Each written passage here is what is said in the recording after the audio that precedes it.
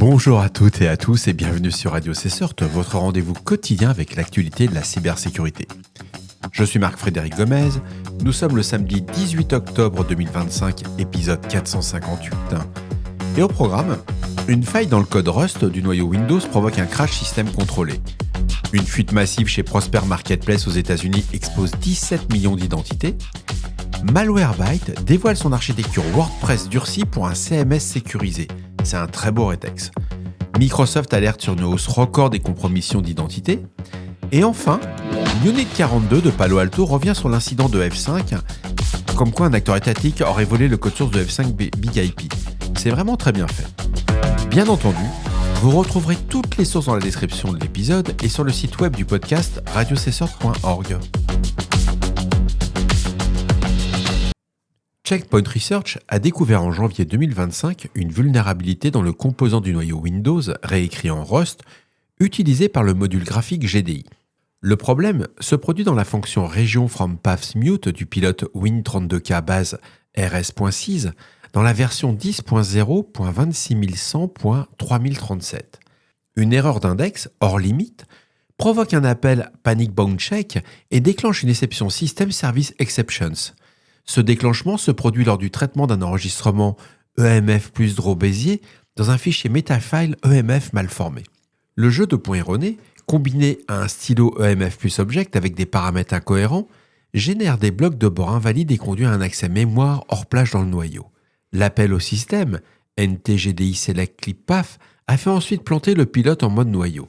Ce code, ce POC, exploite Graphic from Image Draw Image depuis une session utilisateur standard, ce qui va permettre de reproduire le bug check sur Windows 11 24H2, aussi bien sur les versions x86 et x64, et le composant vulnérable n'est pas présent sur Windows Server.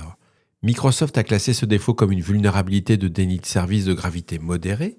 La correction a été publiée le 28 mai 2025 dans la mise à jour KB 5058499 et la fonction Region from Paths Mute a été restructurée.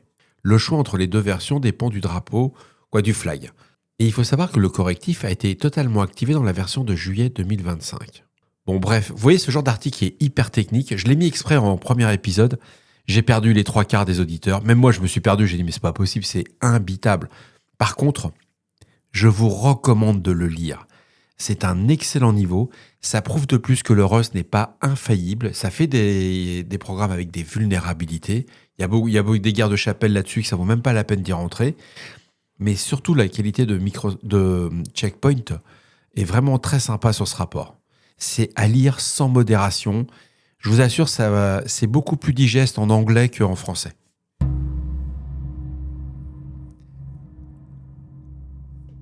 On a appris que le 2 septembre 2025, Prosper Marketplace, plateforme américaine de prêt entre particuliers, a détecté une activité non autorisée sur ses systèmes.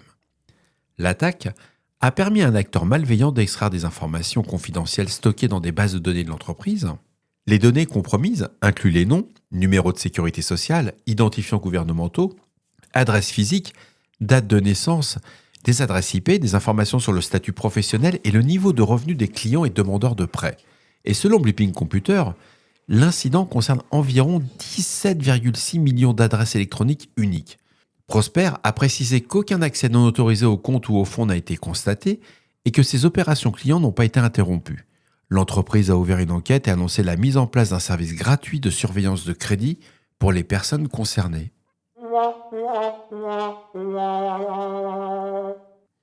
Un rétexte technique de Malwarebytes qui a intégré WordPress, la plateforme de CMS, au cœur de sa Digital Experience Platform.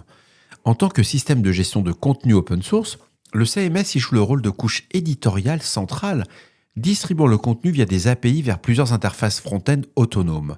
Alors je sais ce que certains d'entre vous vont me dire, mais WordPress c'est une vraie passoire. Pas comme ils ont fait. C'est le WordPress que très peu d'entreprises vont mettre en avant, parce que ça va demander une infrastructure de cybersécurité qui est assez sympa. Alors l'architecture, elle est découplée et elle permet de servir des pages statiques et dynamiques directement depuis un réseau CDN, tout en maintenant une séparation complète entre la couche de présentation et l'environnement d'administration.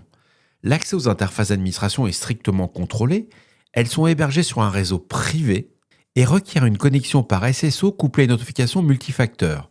Le système applique rigoureusement le principe du moindre privilège en attribuant à chaque rôle, qu'il s'agisse d'éditeur, de contributeur ou d'administrateur, uniquement les permissions indispensables à ses missions. Et la défense périmétrique s'articule autour d'un WAF. Alors je sais que Nico va réagir, le WAF, est-ce que c'est un vrai firewall? Mais bon, renforcé par une gestion avancée des bots des mécanismes de limitation de débit, d'un filtrage géographique ciblé, l'ensemble des échanges s'effectue obligatoirement en TLS 1.3 avec une application de la directive HSTS pour prévenir toute dégradation du chiffrement. En production, c'est un truc de dingue. En production, le système de fichiers fonctionne exclusivement en lecture seule. L'édition du code via l'interface WordPress étant totalement désactivée, les fonctions XML RPC ainsi que les endpoint REST non critiques sont bloquées, réduisant ainsi la surface d'attaque. La gestion des dépendances suit une approche encore plus rigoureuse.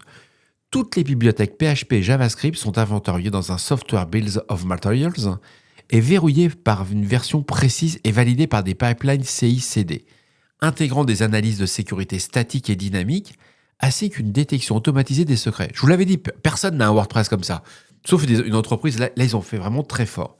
Mais ça ne s'arrête pas là. Ils ont une surveillance opérationnelle qui va reposer sur un SIEM centralisé avec des solutions d'EDR déployées sur l'ensemble des serveurs, et les événements sont corrélés et enrichis en temps réel pour détecter les anomalies et déclencher des réponses automatisées, même sur des bruits à faible signal. La résilience est assurée par des sauvegardes immuables régulières et des tests de restauration planifiés pour garantir la continuité de service. L'infrastructure d'hébergement bénéficie d'une certification FedRAMP Moderate et SOC 2 type 1 et répond aux exigences du RGPD, du Data Privacy Framework et du programme Microsoft SSPA. C'est un très beau rétex. J'aimerais bien avoir mon WordPress aussi bien protégé, mais ça demande des moyens qui ne sont pas à la portée de tout le monde. Mais à lire.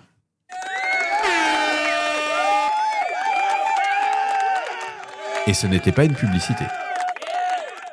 Dans son rapport Digital Defense Report 2025, Microsoft a révélé une progression de 32% des attaques ciblant les identités en cours du premier semestre 2025.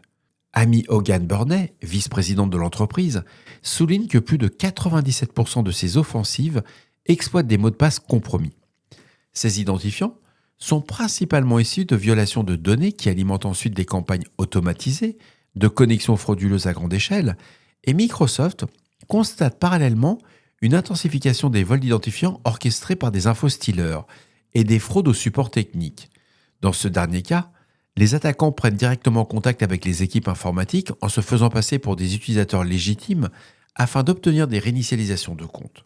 Le groupe Scattered Spider apparaît comme l'un des acteurs majeurs de ces opérations au niveau public, et le rapport signale l'exploitation de plusieurs vulnérabilités critiques, notamment la CVE 2024 50623, qui affectant les solutions de partage de fichiers Cléo, ainsi que des failles identifiées dans les produits Fortinet, Beyond Trust et Simple Help.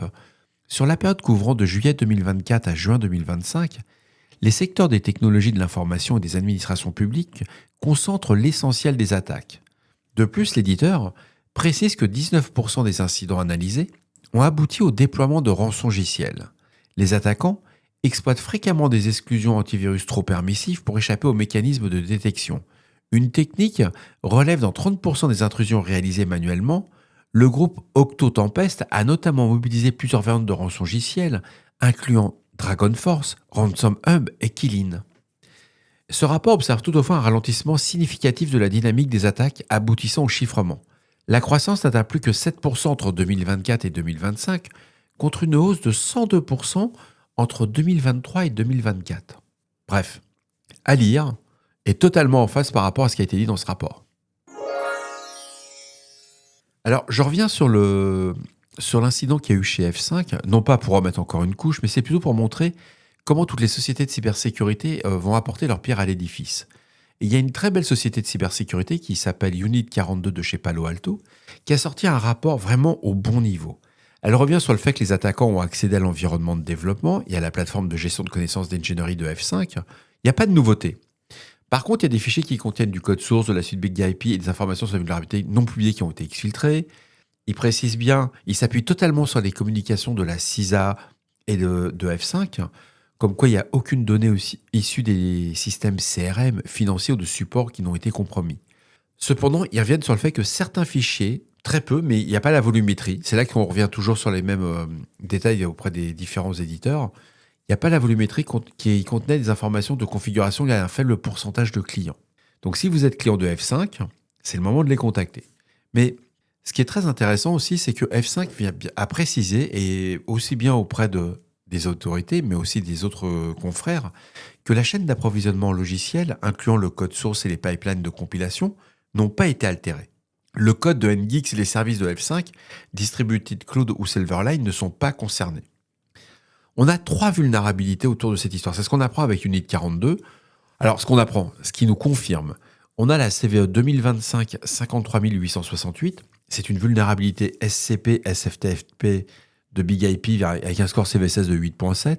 On a la CVE 2025 61955. Une vulnérabilité dans F5OS en mode appliant avec un score CVSS de 8.8. Et la dernière, la CVE 2025 57780, c'est toujours une vulnérabilité dans F5OS, également notée en 8.8. L'incident, c'est là que ça devient intéressant.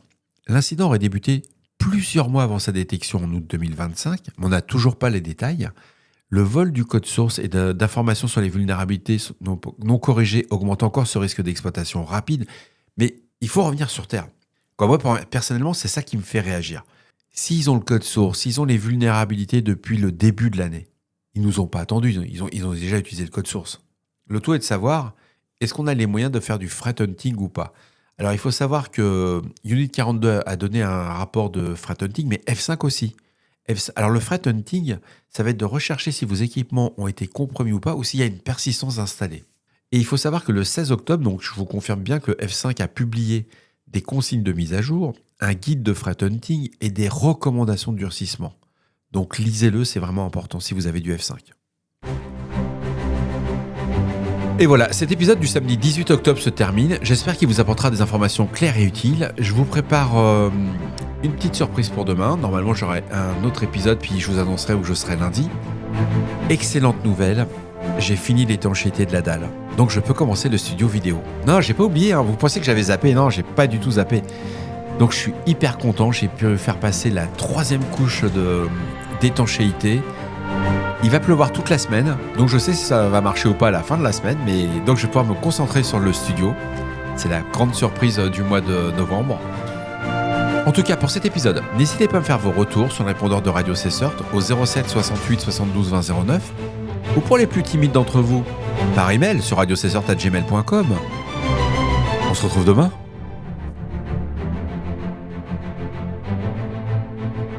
D'ici là, on ne réfléchit pas, on patch, ça retire un paquet d'ennuis. Je vous embrasse très fort. Non, là, je suis censé le dire avec ma voix normale, ou pas? Je vous embrasse très fort. Enfin, j'espère. Hé hé hé hé.